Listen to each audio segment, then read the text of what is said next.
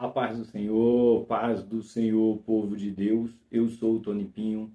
O canal é Bíblia para o Cotidiano. Você está aqui para a gente fazer a nossa estreia do nosso terceiro trimestre de 2024 da nossa Escola Bíblica Dominical da editora Betel Dominical. Essa aqui é a capa da nossa revista. Não sei se a luz vai dar para mostrar. Aí você fala, professor, cadê a revista? Cadê a revista, Betel? Cadê a revista? Ainda não recebemos a revista, na verdade está com a superintendência, ainda não foi entregue, porque hoje estreia o nosso devocional, a revista seria entregue hoje, né? Na última aula era quando ela seria entregue, mas não foi por um motivo um motivo que acaba sendo o nosso viver aqui na Terra. Hoje, aprove a Deus, foi o sepultamento do nosso querido e amado irmão José Marciano. Partiu para a glória, foi copastor da nossa igreja por muitos anos, foi regente de coral, criou seus filhos no temor do Senhor e hoje, estou gravando no domingo, pós-velório, acabei de vir de lá, foi agora às 4h30 da tarde, agora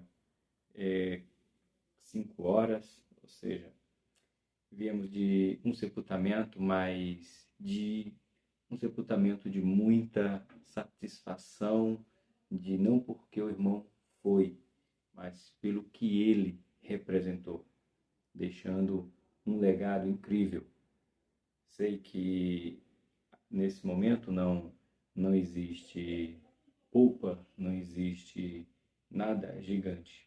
Mas para você entender o carinho que esse irmão já não era mais co-pastor de nossa igreja, aproximadamente 5 anos que ele não ia mais à igreja, mas estava sempre perseverando. Que a diversos pastores que o pastorearam estava lá, deu a honra do seu sepultamento de fazer o seu culto fúnebre, o pastor Oséias de Madureira, que é o deputado aí do nosso estado, e ele é presidente do campo aqui de São Bernardo. E ele foi lá, por consideração à família, pela história que esse homem deixou. E hoje nos traz uma reflexão. Que legado estamos nós deixando para a nossa família e para aquelas pessoas que nos cercam? Então fica registrado aí. O motivo de não ter a revista impressa, hoje não teve escola dominical, então a gente não recebeu a revista, mas não quer dizer que eu não estudei. E fica meu abraço para toda a família. Eu abracei todos que pude, todos que ali se encontravam. E essa é a nossa esperança. Um dia ser levado para casa, estar com o Pai. E o que nos resta é deixar legados, que é onde o ladrão domina, a traça não rói e a ferrugem não corrói, mas fica para a eternidade. Meu abraço e consideração à família Marciano, pelo prazer que eu tive de congregar com ele. Meu último momento com ele foi quando eu estava liderando o grupo Homens do Reino, e peguei todos os homens, cerca de 15 homens, e levei na casa dele. E lá nos alegramos, cantamos hinos da harpa, demos risada. É muito momento que eu tive com ele. Foi no finalzinho do ano passado, nesse momento. Mas bora para a nossa escola bíblica dominical, que é o que estamos aqui. Mas consideração é bom e cabe em todo lugar. Essa revista tem como título aí, ó, não sei se você vai conseguir enxergar direito, porque a tela para a revista muda, né? A tela digital para a tela impressa, mas o título aqui diz: a relevância da igreja, sua ênfase e a missão. É o que nós vamos falar aqui. Deixa eu ver aqui os temas, todos eles aqui, 13 lições, mas um comentário muito bom, muito bom, muito bom. O sumário diz assim, apresentar para você toda a lição, tá bom? Somente os títulos, diz assim, ó: a relevância da palavra de Deus para a edificação doutrinária da igreja. Lição 2, a igreja e a relevância para a adoração verdadeira no culto. Lição 3, a relevância da igreja no cumprimento de sua missão. Aí, ó, cumprimento da missão. Qual é a missão da igreja? Vamos falar. Lição de número 4, a relevância de pertencer e ser membro de uma igreja local. Lição 5, a relevância de congregar em uma igreja local para fortalecer a fé e a comunhão. Lição de número 6, a relevância da igreja cumprir o seu papel na integração e discipulado agregador. É importante fazer discipulado. Vamos falar sobre isso aí. Lição de número 7, a relevância da igreja para o crescimento e vida cristã. Crescer sempre, né? Não somente leitinho racional, como falou Paulo, leitinho, mas comida mais sólida. Lição de número 7, a relevância e importância da doutrina pentecostal para manter a igreja viva. Olha só que interessante. Né, mesmo sendo nós assembleanos, mesmo sendo nós pentecostais, mas poucas vezes a gente fala de assuntos eclesiasticamente falando, pentecostal. E vamos ter a lição de número 8. Lição 9, a importância e a relevância da contribuição para a pregação, crescimento e desenvolvimento da igreja, através de contribuição financeira. Lição de número 10, a relevância da igreja na sociedade e sua importante função social. Olha só, não é somente dentro da igreja, fora da igreja. Lição de número 11, a importância e a relevância da igreja na edificação e solidificação da instituição familiar. Olha, vamos falar sobre família também. Parabéns, eu já gostei do pastor aqui, hein? Lição 12, a relevância da liderança para a condução e ensinamento da igreja. Aí partiu para nós, irmãos, ó, olha aqui, eu e você, essa nossa responsabilidade como professores de ensinar a palavra de Deus. E para encerrar, a lição 13, a relevância da esperança da volta de Cristo para a sua igreja. Para a igreja, né? Hoje Cristo voltou, aliás, ontem, no sábado, voltou, buscou o nosso querido irmão Marciano, mas a esperança que nós vamos falar aqui é a esperança da volta de Cristo para a igreja, num todo, a volta de Cristo, ok? Então, pega aí a sua revista, que eu sei que você tem. Mais uma vez, pastor José Rodrigues, que Deus abençoe sua vida grandemente por esse escrito. Essa primeira lição será aplicada no dia 7 de julho de 2027, julho de 2024, 7 de julho de 2024. Lição de número 1, a relevância da palavra de Deus para a edificação doutrinária da igreja. Textuário se encontra no livro de Apocalipse, capítulo número 3, verso de número 8. Escrito está: Eu sei as tuas obras. Eis que diante de ti pus uma porta aberta, e ninguém pode fechar. Tendo pouca força, guardaste a minha palavra e não negaste o meu nome. É um texto maravilhoso do livro de Apocalipse, e nós temos aqui, né, Deus dizendo que conhece a nossa obra. No caso, se direcionando aqui à igreja. Eu conheço a tua obra. Deus conhece o que se faz dentro da igreja. Lembrando que a igreja não faz obra, tá bom? Quem faz obra somos nós que fazemos parte daquela igreja. Então aqui não é a igreja estrutura. Estrutura não faz nada. Quem faz alguma coisa somos nós. E Deus dizendo que conhece as nossas obras. Verdade aplicada. A palavra de Deus é o alicerce da igreja. Ela é o fundamento de todos os princípios que norteiam a vida cristã. Parece chover no molhado, mas, no entanto, Mais uma vez, a editora Betel, aqui mais um comentarista falando que está se faltando se concentrar ou dar valor à verdadeira culto com palavra. Culto com louvor, culto com testemunho, culto com conta-bênção, culto do tome e receba. Agora, a gente está, alguns anos para cá, despertando e voltando às primícias de que o que manda, o que prevalece, o alicerce é a palavra. Ela que tem que ser o começo, o meio e o fim dos nossos cultos. Ok? Nosso texto de referência se encontra no Salmo 119, do verso 57, perdão, verso 97, 98, 99, 100, 101, 103. Isso mesmo, leitura corrente. É bom também. Abre aí a sua Bíblia, deixa eu só dar um zoom aqui, um pouco mais. Isso. Escrito está: ó, quanto amo tua lei, e a minha meditação em todo o dia. Tu, pelos teus mandamentos, me fizeste mais sábio que os meus inimigos, pois estão sempre comigo. Tenho mais entendimento do que todos os meus mestres, porque medito nos teus testemunhos.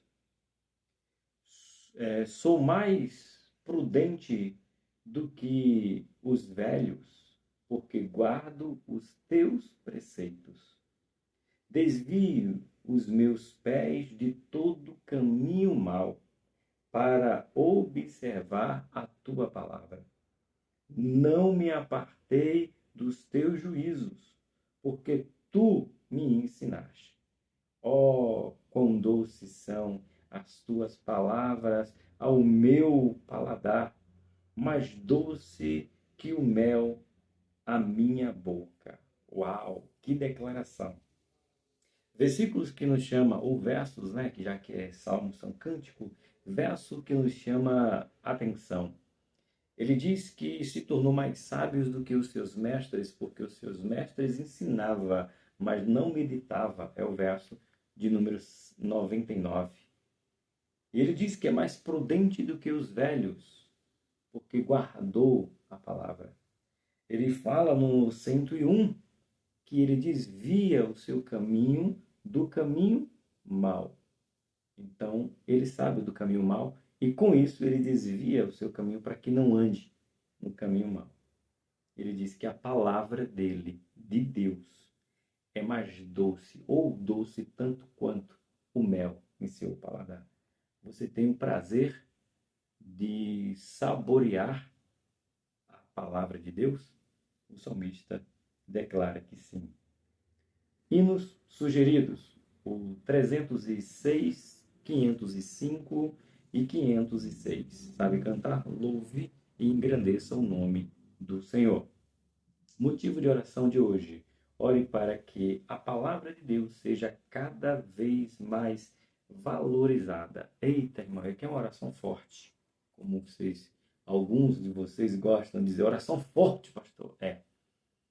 Para que a gente diminua os testemunhos, para que a gente diminua os louvores, para que a gente diminua o teatro, a coreografia e possamos dar mais ênfase à palavra de Deus. Aquela que é a palavra que liberta, é a palavra que cura, é a palavra que salva, é a palavra que nos alerta de um céu por vir, de uma glória por vir, de um céu onde estaremos. Ora daí, que hora daqui. Soberano e eterno Deus. Agradeço a Ti por mais um início de trimestre. Que o Senhor venha abençoar o pastor Josué, que o Senhor venha continuar fazendo ele escrever através da Tua palavra, baseada em Tua palavra. E que nós, como professores, que nós possamos ser amantes da Tua palavra, não somente para dar aula, mas que ela faça parte do nosso cotidiano. Que nós possamos ler ela indo, voltando, permanecendo em qualquer lugar. que ela seja o instrumento maior a ser falado, comentado, dado espaço nos nossos cultos, onde muitas igrejas, mas muitas, Senhor, e tu sabes, infelizmente, têm gastado 1h30, 1h40, 1h50 de qualquer outra coisa, menos de exposição de tua palavra. E muitos deles ainda têm a coragem de dizer: agora chegou a hora da melhor parte. A melhor parte tem que ser sempre a maior parte. Que tu nos ajude a valorizar a palavra ao ponto de ministrar ela 1h, 1h30, 2 horas, pregando tua palavra. Fortalece-nos, é o que eu te peço, em nome de Jesus. Amém? Vamos para a nossa introdução. Se você é novo aqui, eu tenho o costume, essa aí é a minha aula, é a minha didática, foi assim que eu aprendi. Eu não digo de homens, porque muita gente, 99% dos professores não gostam da maneira que eu ministro aula, mas eu não estou aqui ministrando aula porque eu vou agradar a um ou a outro. A minha aula, ela é lida, toda a revista, toda, vírgula por vírgula. Então, se você está acostumado a dar aula ou assistir aula, o resumo de cada tópico, não é nesse canal que você verá. Aqui você verá a leitura completa. Cada um tem um modo de dar aula. Então, não despreze o meu, porque eu também não desprezo o seu. Não ache que a minha aula é melhor porque eu leio toda a revista, mas também não ache que a minha aula é pior porque eu leio toda a revista. É que cada professor tem uma característica. Você não precisa me imitar, mas também não precisa imitar ninguém. Peça a Deus a sua própria característica de ministrar, porque seja resumidamente, ou seja lida a revista na íntegra, o que você, como professor, deve fazer é os alunos entenderem o que você está ensinando. Não adianta nada eu ler toda a revista e você não entender o que eu ensinei. Como também não adianta você resumir a aula e ninguém entender do que era a sua aula. O intuito do professor é saber que aí, do outro lado, tem alguém querendo aprender. Amém? Então, bora para o nosso primeiro, nossa primeira aula, aqui começando com nossa introdução, adentrando na lição propriamente dita. Nesta lição, refletiremos sobre a relevância da palavra de Deus para a igreja. Portanto, apresentaremos alguns princípios que evidenciam essa relevância crucial para a vida cristã. Assim começa o trimestre. Ponto de número 1.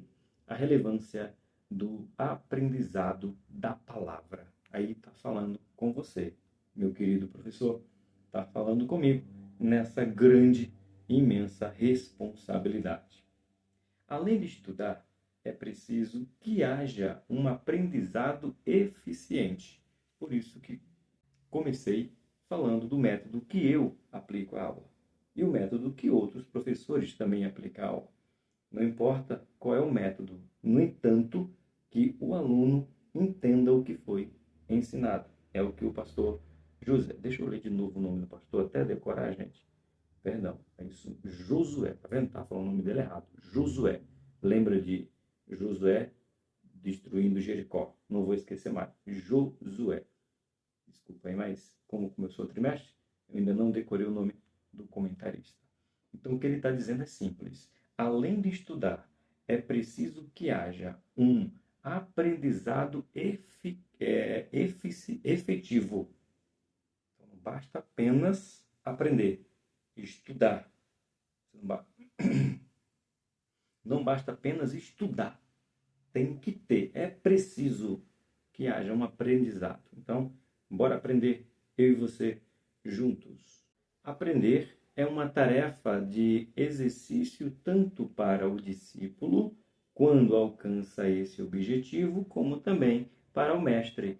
que vê um resultado positivo do seu trabalho, pois bem-aventurado aquele que lê e os que ouvem as palavras dessa profecia e guarda as coisas que nelas estão escritas, porque o tempo está próximo. Apocalipse, capítulo de número 1, verso 3. Não é apenas algo que alegra o coração do mestre poder ensinar, mas o coração do mestre fica muito mais alegre quando vê que o aluno aprendeu e em prática está colocando.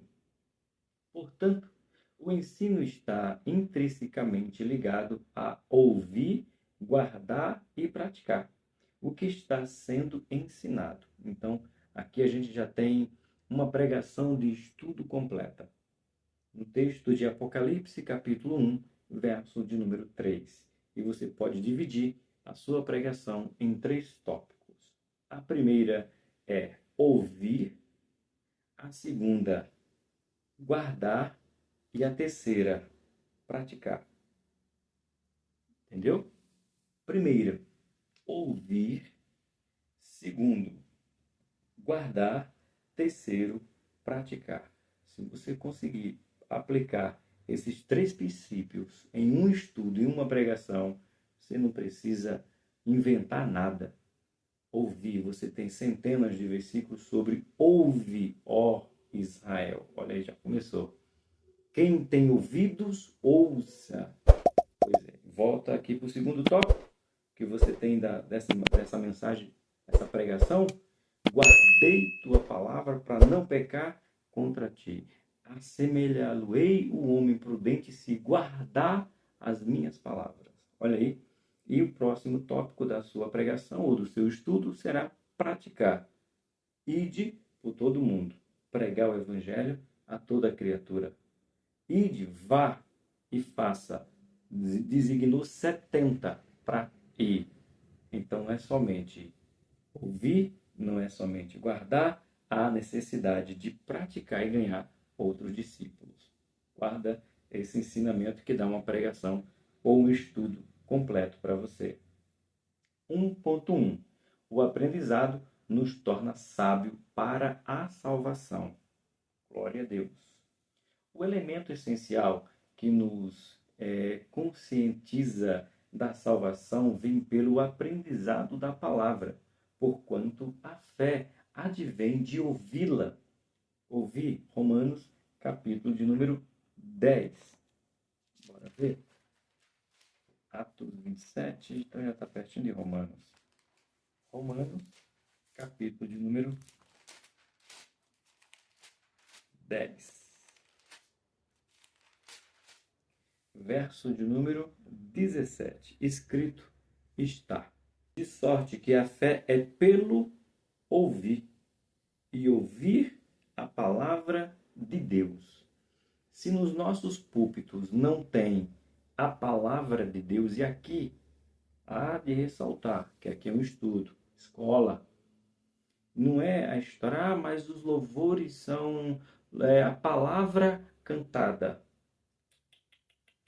Jesus não cantava na sinagoga. Me mostra um verso da Bíblia onde Jesus, entrando na sinagoga, cantava para poder pregar a palavra. Ou cantava, como é que chama o que eu falei?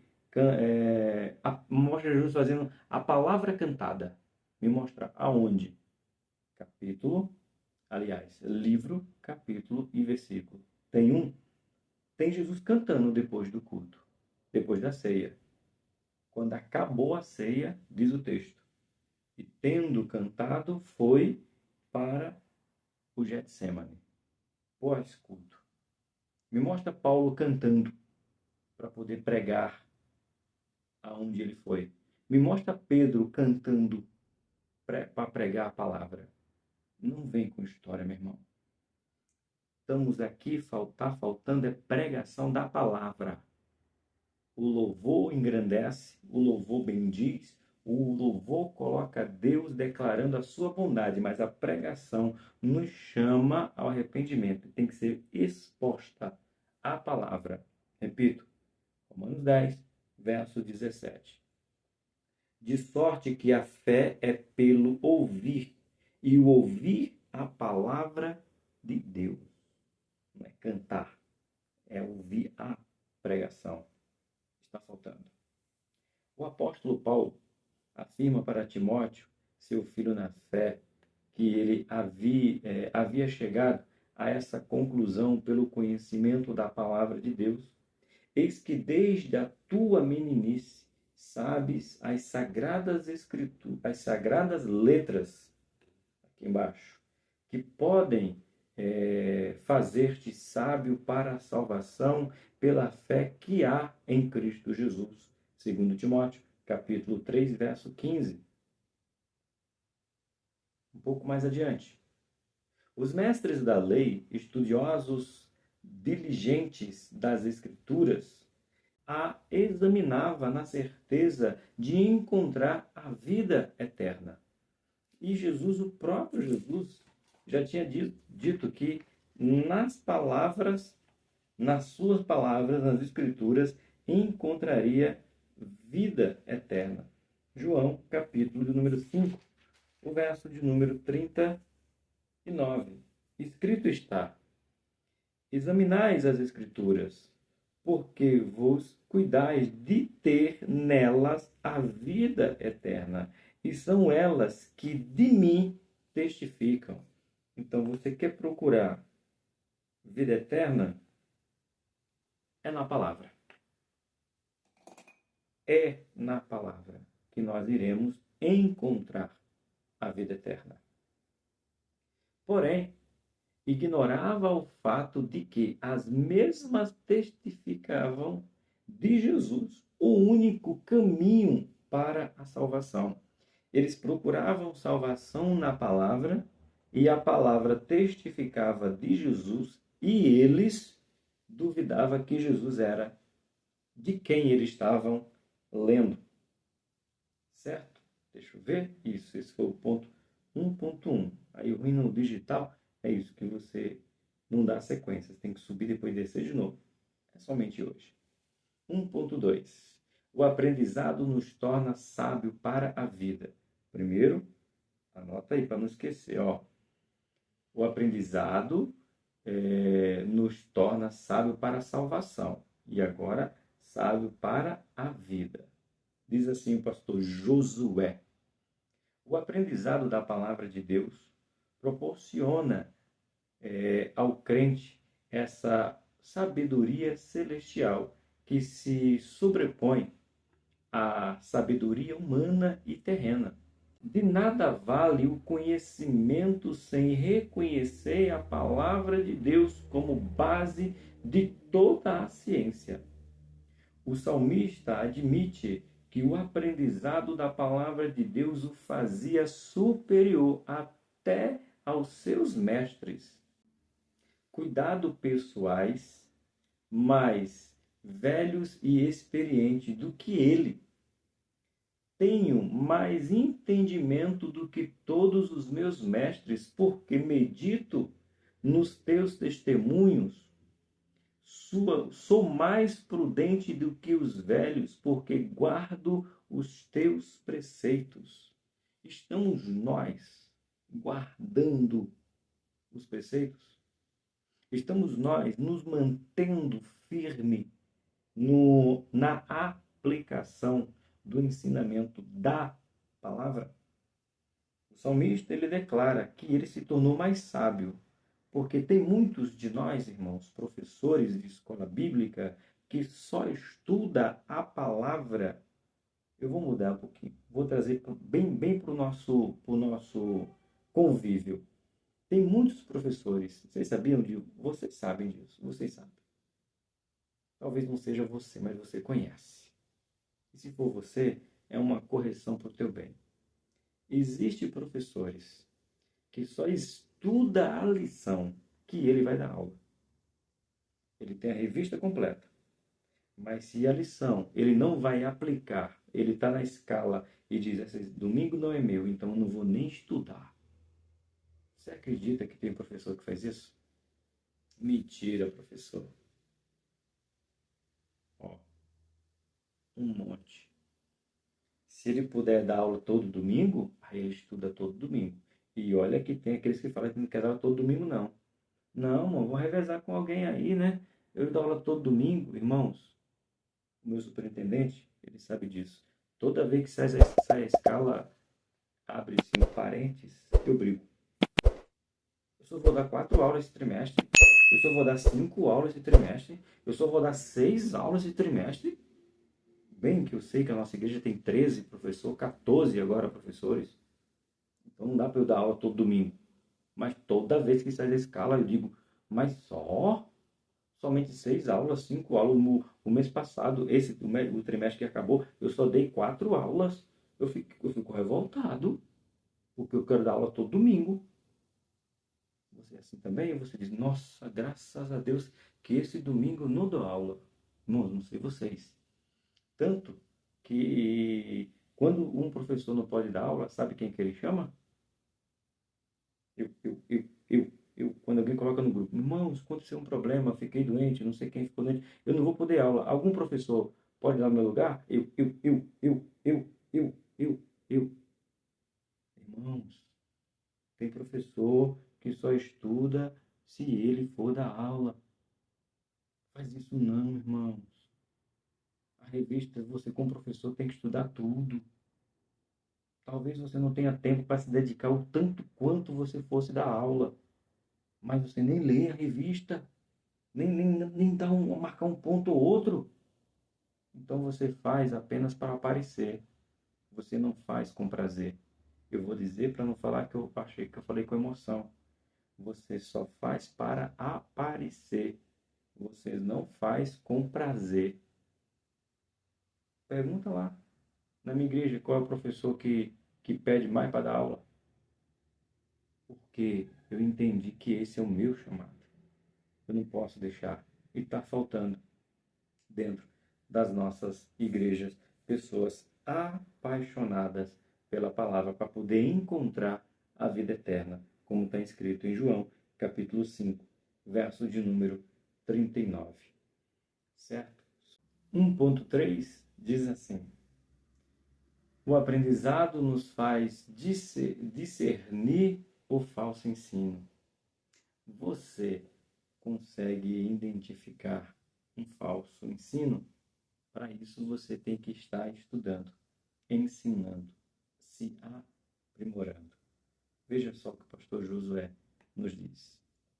Jesus disse que o errado, Jesus disse que o errado dos saduceus, líderes em Israel, deveria do fato de não conhecer as Escrituras, ou seja, o principal qualidade de quem ensina a palavra é conhecê-la.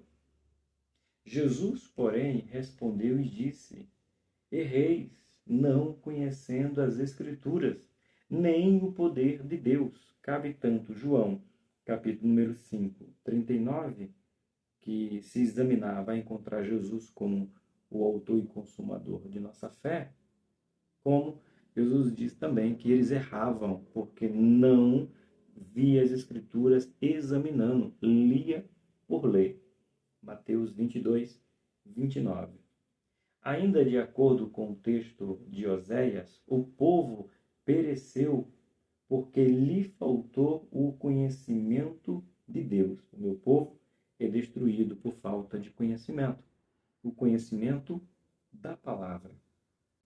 Existe ainda o fragoroso perigo de se estar ensinando doutrinas heréticas, visto que há uma linha muito tênue entre o ensino genuíno da palavra e o ensinamento deturpado.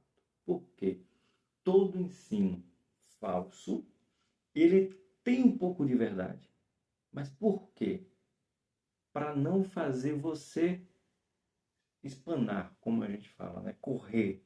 Ele te atrai, tem uma beleza, tem algo bonito, e quando você vai ver é apenas isca. E aí ele vai lá e introduz as suas mentiras, a sua falsidade, e aí quando você vai ler, você fala, não, não, não, tá errado. Não é assim não, mas primeiro você foi atraído por uma palavra verdadeira.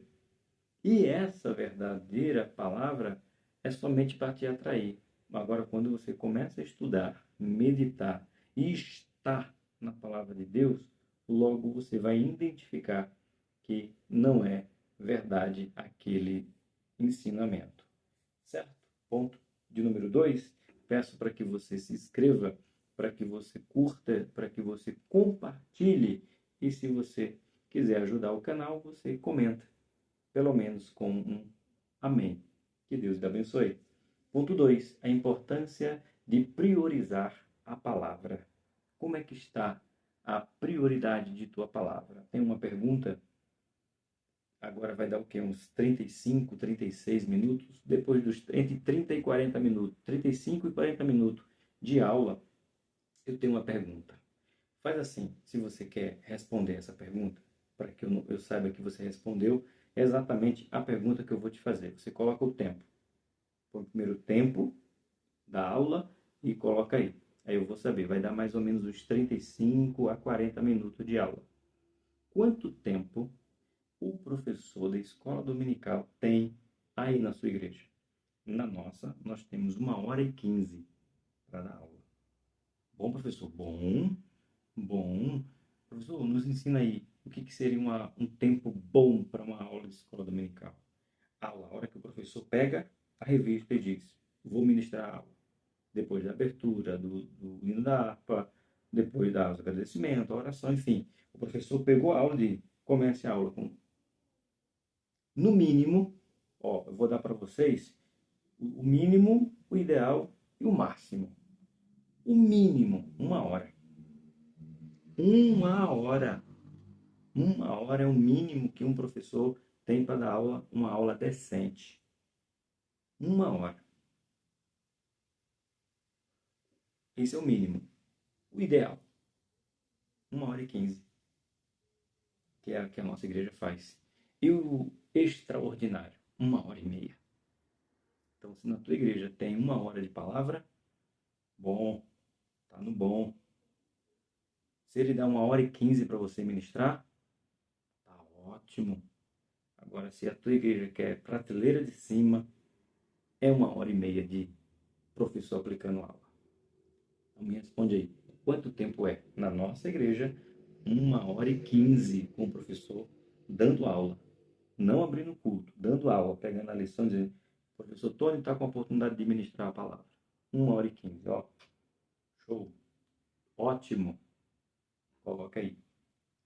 A prioridade da palavra de Deus perpassa por uma atitude firme da igreja, justamente quando as lideranças entendem que o estudo sistemático da palavra é fundamental em todas as funções eclesiásticas. Então, não importa aonde é que vai ter o ensinamento.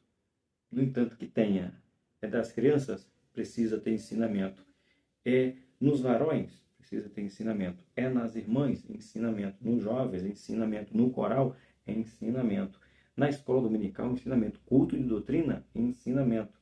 Em todos os meios da igreja, eclesiasticamente falando, cabe o ensino da palavra.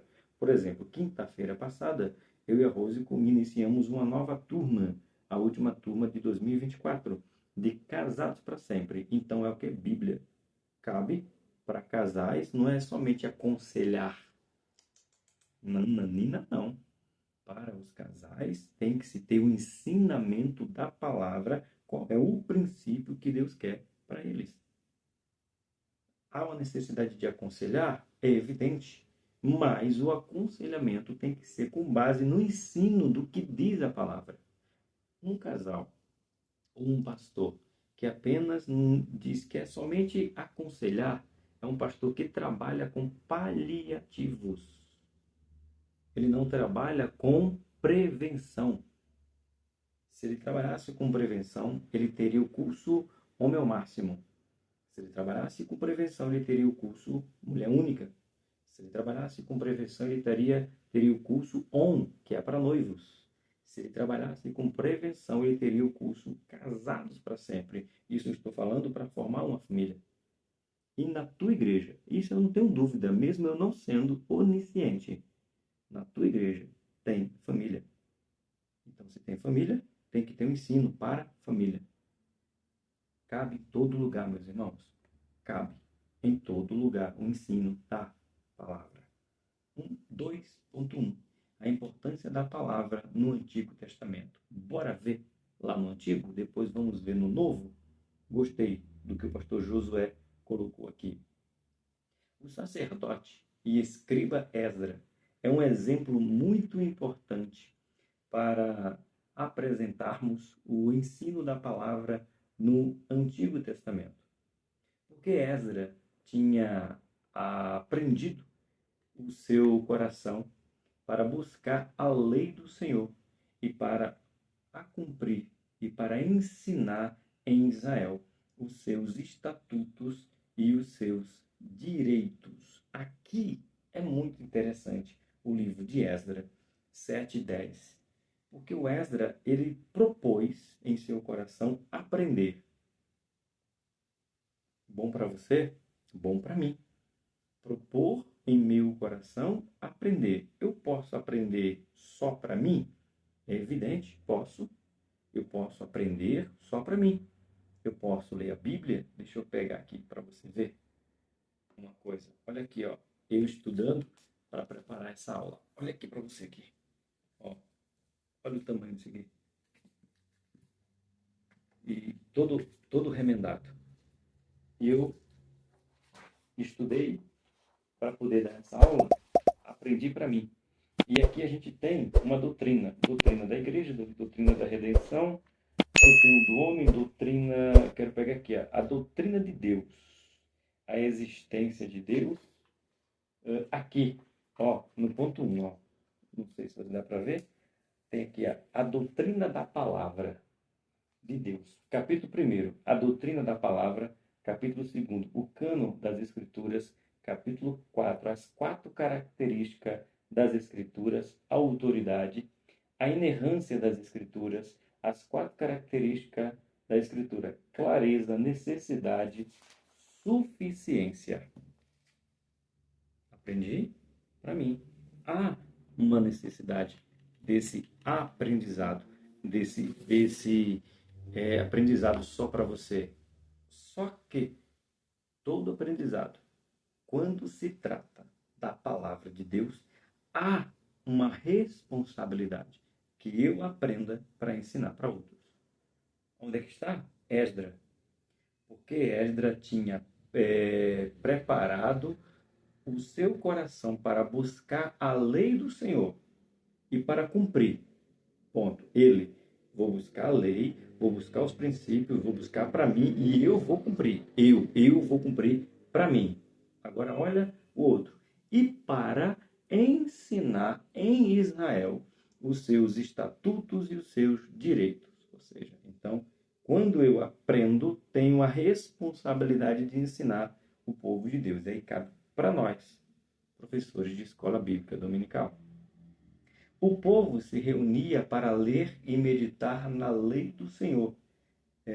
Essa atitude de Esdra produziu um dos maiores avivamentos na história de Israel. O povo queria estar lendo, aprendendo, se lançando nos escritos. E o interessante do livro de Esdra, quando você vai ler, o povo diz: somos pecadores, estamos fora. Como estamos falhos? Meu Deus, estamos pecando. Por quê? Porque não se tinha o desejo de aprender, porque não tinha quem ensinasse. Quando se teve quem ensinasse, como foi Esdra, passou a ter quem a desejasse, que foi o povo. E houve o maior avivamento, o maior despertamento do povo de Deus. Parabéns! Só que aqui ainda não terminou, ou terminou o capítulo? Terminou. Agora, o 2.2. Perdão, irmão, mas ficar lendo aqui no tablet às vezes é um pouquinho ruim para você ministrar a aula, tá bom? Perdoa, perdoa. Semana que vem vamos ter a revista na mão. 2.2. A importância da palavra no Novo Testamento. Os apóstolos deixaram um legado muito importante para a igreja dos nossos dias.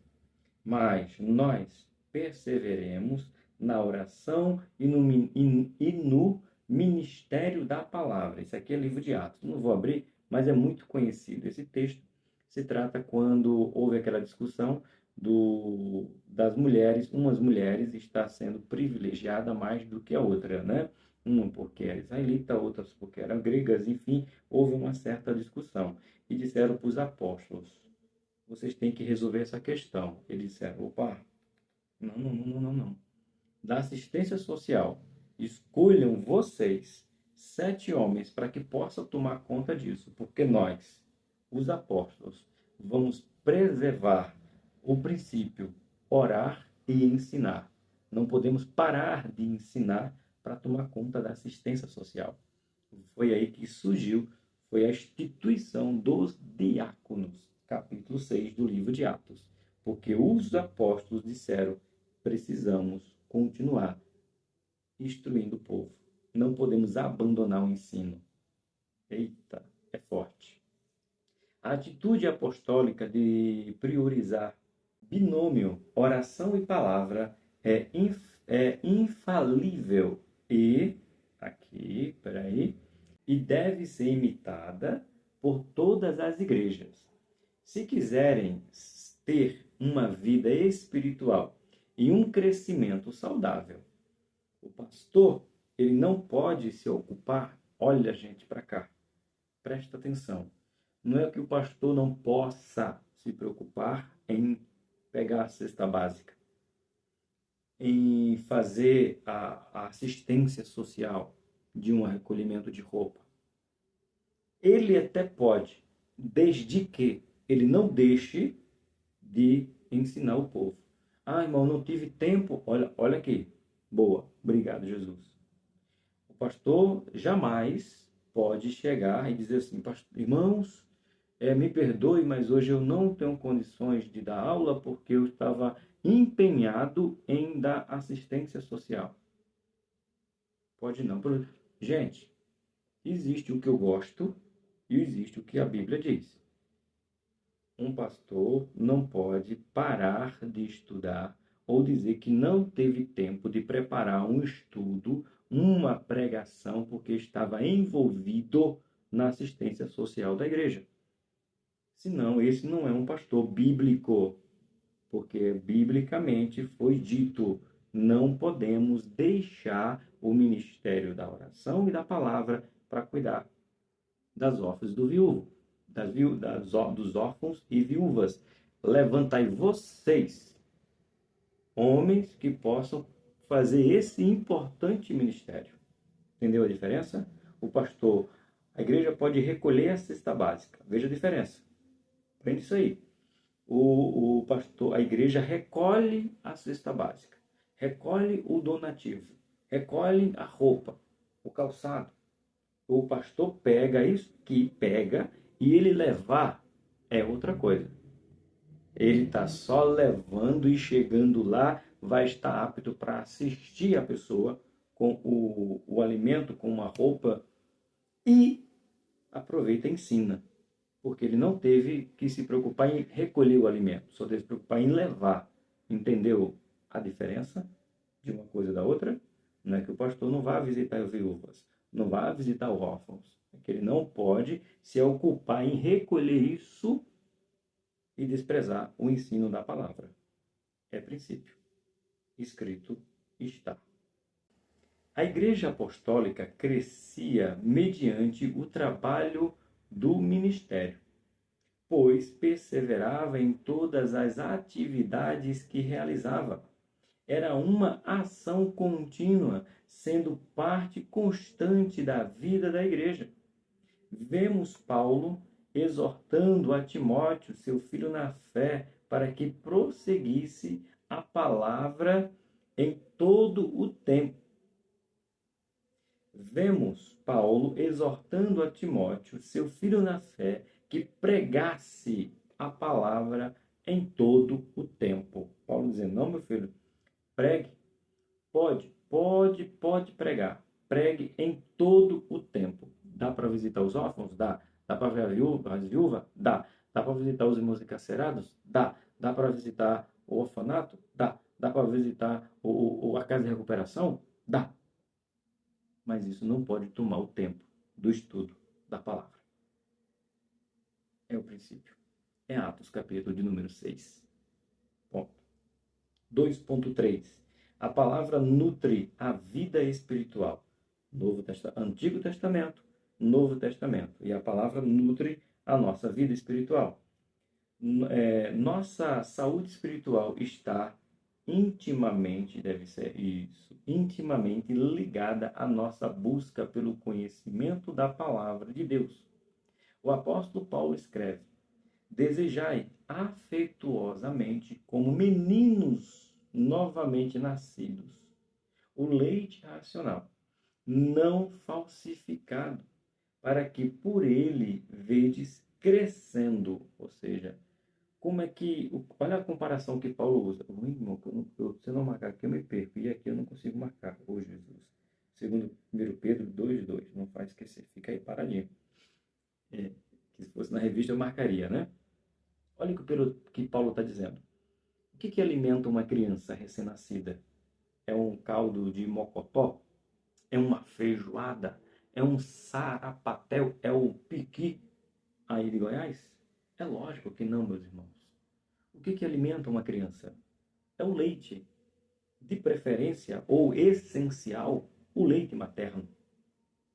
Há uma discussão quanto tempo que uma criança deve mamar, mas todos os médicos indiscutivelmente sabem que é no mínimo 6 meses para que ele tenha todos os nutrientes. Com 6 meses a criança não precisa de papinha, não precisa... Não. Isso é invenção pós-moderna.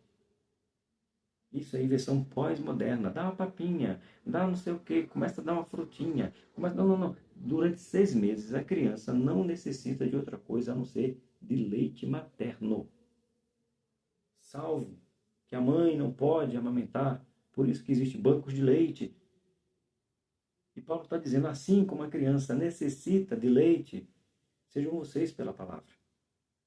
É o básico, é o início, é o primórdio. É o leite que sustenta a criança, previne contra de várias enfermidades, porque lá contém todos os nutrientes necessários. Paulo está dizendo, assim como a criança afetuosamente, como meninos novamente nascidos, o leite racional. Mas ele diz bem claro, não falsificado. Não leite comprado na prateleira. Não leite pego de outro lugar, mas o leite vindo diretamente da fonte. Ele sabemos aqui que é da mãe, mas falando da Bíblia, está na palavra. Aliás, falando de Deus, o leite vem da palavra. E quantos estão desprezando esse leitinho? Assim como o leite materno não possui substituto à altura, olha, de igual modo, na vida cristã, nada pode substituir a palavra de Deus. Vou repetir. Nada pode substituir a palavra de Deus. Vou repetir. Nada pode substituir a palavra de Deus. De acordo com este texto bíblico, a palavra é o principal elemento no cardápio alimentar da vida espiritual. Ela deve ser prioritária em nossa vida. Na minha e na sua vida tem que ter essa prioridade. Amém? Já se inscreveu? Já curtiu? Já compartilhou? Já comentou? Que Deus te abençoe. Ponto de número 3. O resultado da aplicação da palavra. A aplicação da palavra de Deus se constitui num elemento fundamental para o cristão sob todos os aspectos. ela tem o poder de transformar a vida do ser humano. Tem. A palavra transforma vidas. Por isso que ela tem que ser pregada, como disse Paulo para Timóteo, em tempo e em fora de tempo. 3.1. Fortalece a vida cristã. O que fortalece? A palavra. A maturidade cristã será alcançada através de uma vida alicerçada na palavra de Deus. Só assim o cristão poderá vencer todos os embates da vida com equilíbrio e resiliência. Todo aquele, pois, que escutar estas minhas palavras e as praticar, assemelhei a um homem prudente que edificou a sua casa sobre a rocha, e desceu a chuva, e correram rios, e assopraram ventos, e combateram aquela casa, e não caiu, porque estava alicerçada sobre a rocha. E esse texto, ele me deixa fascinado com a justiça de Deus. Ele diz que existe duas casas fundadas, uma na terra ou na areia e outra fundada sobre a rocha. E sabemos que ele está falando de princípios, mas o que me surpreende é que ele diz que a chuva caiu sobre a casa na areia e na rocha, que os rios correram sobre a casa da areia e a casa da rocha. E ele diz que os ventos sopraram sobre a casa da areia e a casa da rocha. Deus é tão justo que vai mandar vento na sua casa também. Vai mandar vento na minha casa também. Está repreendido? Tá não. Tá não. Senão Deus não seria justo. E ele é justo. Por isso que o texto diz, vai soprar vento sobre a sua casa. Vai correr rios sobre sua casa. Vai ter tempestade sobre a sua casa. Mas a pergunta é, aonde ela está alicerçada? Se você está dizendo agora, repreendendo o nome de Jesus, é porque a sua casa não está firmada em Cristo. Porque se ela estiver firmada em Cristo, pode chover, soprar e correr rios. Ela não será abalada. É o ensino de Mateus 7:24. Foi Jesus que disse. Não é o que eu estou dizendo. É o Jesus disse. Vai ter rio, chuva e vento sobre a tua casa. Então, alicerce ela sobre a rocha que é Ele. E como é que eu alicerço? Praticando o que Ele ensinou. Ensinando o que Ele ensinou. Vivendo o que Ele ensinou. Vai estar alicerçado na rocha. Continuando.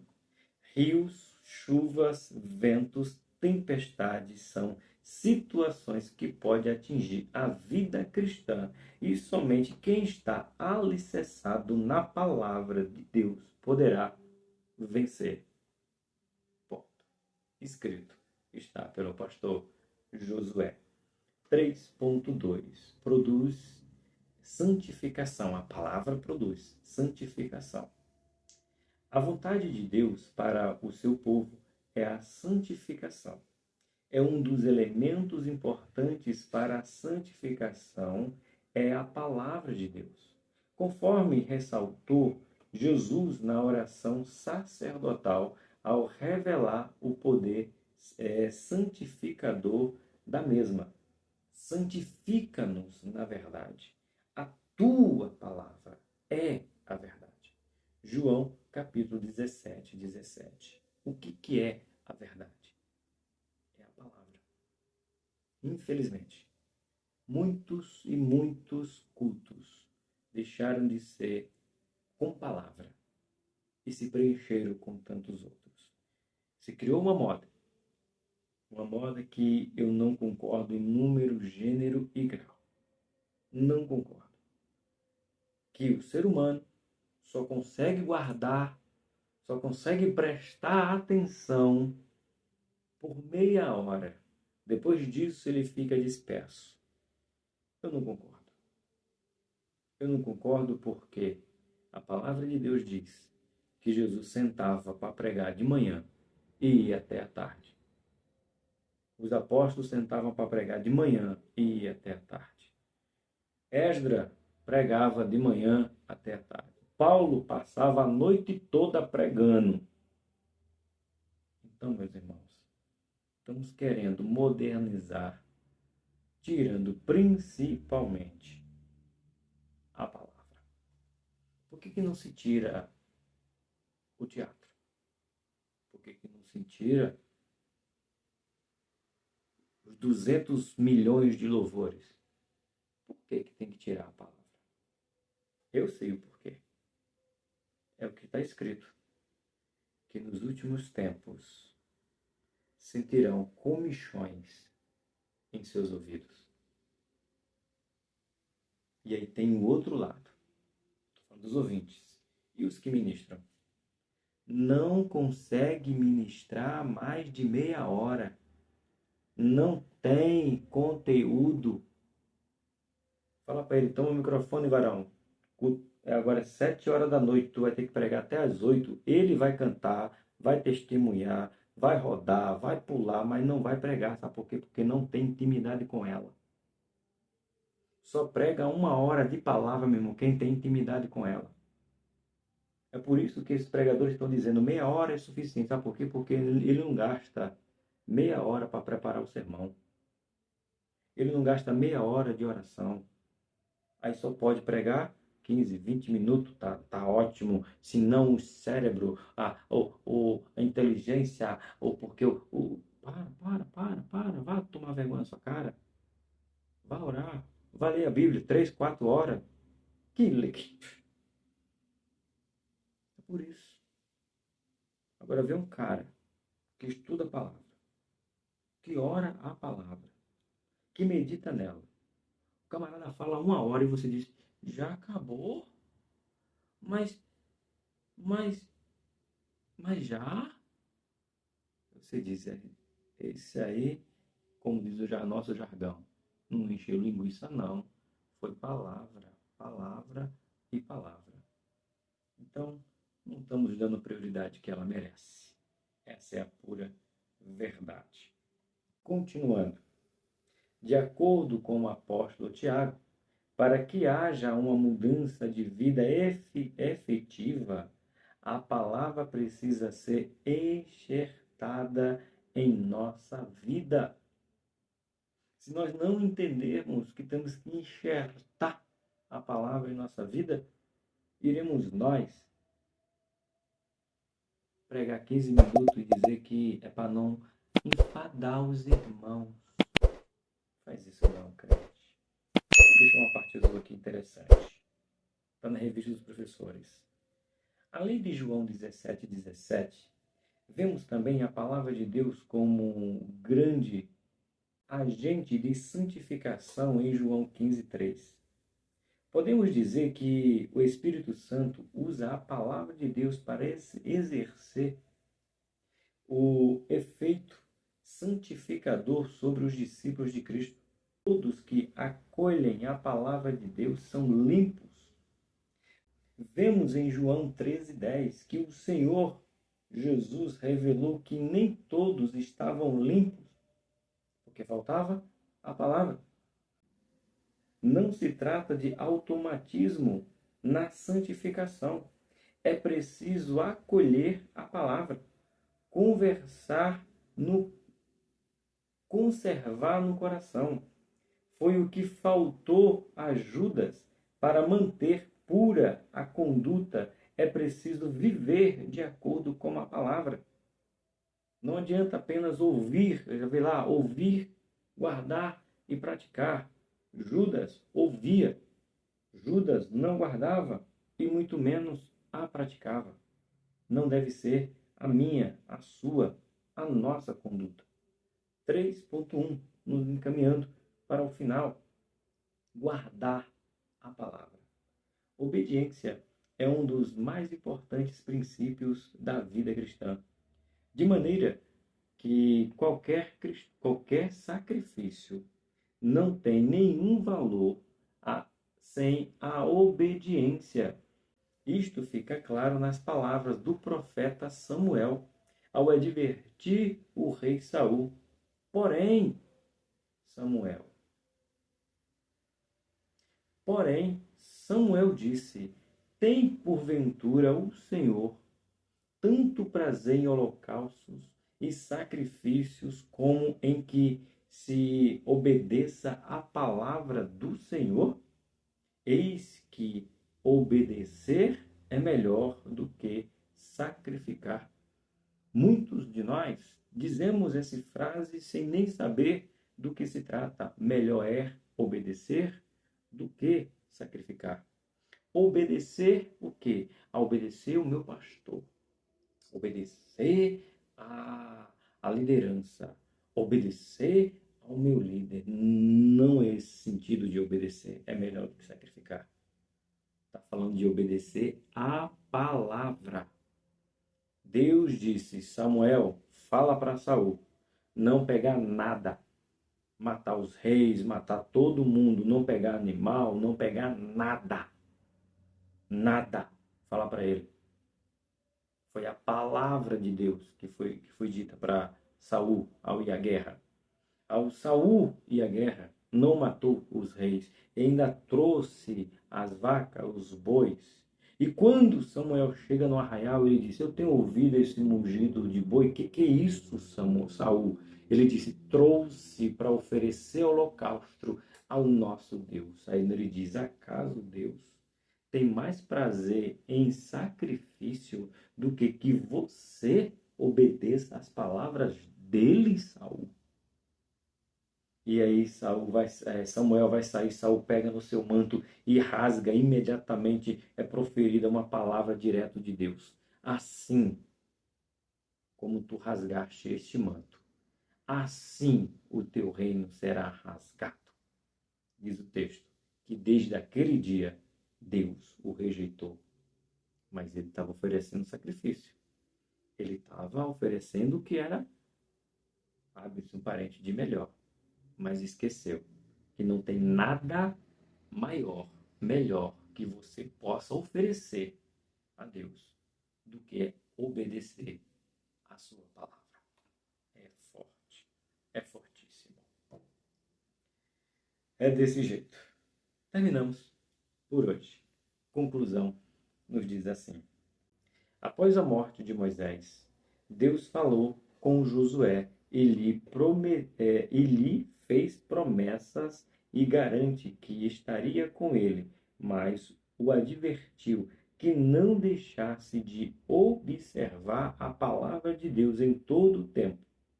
Assim também deve ser com cada geração da igreja. Enquanto estivermos na terra, os tempos mudam, mas a palavra de Deus permanece. Os princípios bíblicos são os mesmos. A última exortação bíblica se refere a como estamos lidando com a palavra de Deus. Apocalipse 22, 18 e 19. Que o Espírito Santo nos ajude em todo o tempo a guardar a palavra de Deus. Apocalipse 3, 8 e 10. Que você possa guardar toda a palavra de Deus, porque nela contém a vida eterna. Eu sou o Tony Pinho, o canal é Bíblia para o Cotidiano. Começamos o nosso terceiro trimestre de 2024 da editora Betel Dominical. Deus abençoe. Até a próxima aula, querendo Deus. O grande amor de Deus. A graça do nosso Senhor e Salvador Jesus Cristo. Comunhão e consolação do Espírito Santo seja comigo e com você, não somente hoje, mas para sempre. Amém. Deus abençoe vocês.